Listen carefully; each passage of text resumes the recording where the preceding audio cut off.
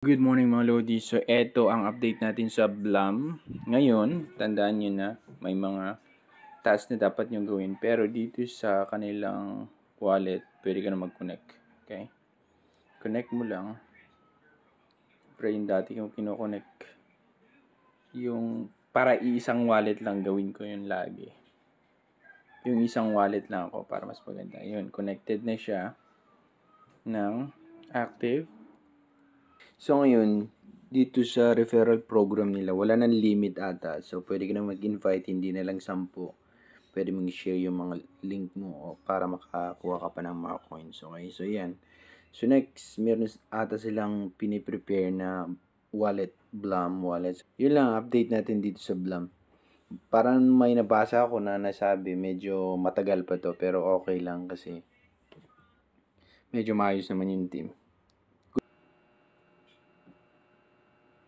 Ngayon, monkey na naman. Grabe naman ito. Sige lang, lahat na ng animal lata.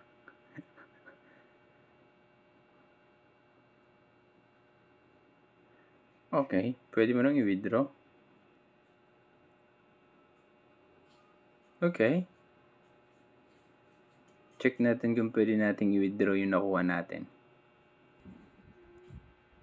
Connect. Back to monkey. Ngayon, wala pa. Ko alam tong commission na sinasabi. Pero ayan. Pero mas maganda, mag-collect lang. Free lang naman di ba? Pero pag manghihingi na sila, dun na. Pero alam ko, eto na yung mga unang meme coin dito sa ton. Itong mga animal. Itong mga animal na to. Ayan. So, eto naman mga Lodi, hamster. Okay? So, meron na tayong dogs, cat, pig, ducks, ano pa? Hamster, pig. Okay? Ngayon, maraming mga nag-aayaw dito pero na-check ko sa Twitter. Ngayon, iba na ang mga memes ngayon kasi sila yung nagre-represent ng community.